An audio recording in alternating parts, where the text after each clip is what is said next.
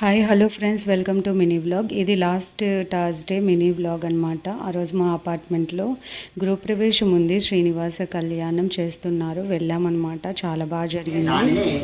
భగవంతునికి తెలుసుకోవాలంటే ఎలాగనంటే దానిని గోత్ర ప్రవరుల ద్వారా తెలుసుకుంటారు.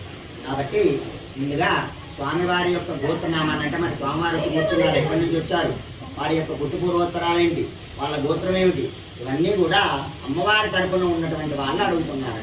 అప్పుడు మనం స్వామివారి యొక్క గోత్రాన్ని ముందుగా ఉచ్చరింపబోతూ ఉన్నాము.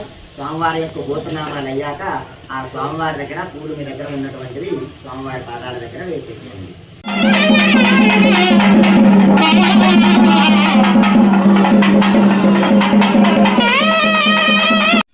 అలా కళ్యాణం అయితే ఫినిష్ అయింది. కిందికి వచ్చి లంచ్ చేసేసామన్నమాట.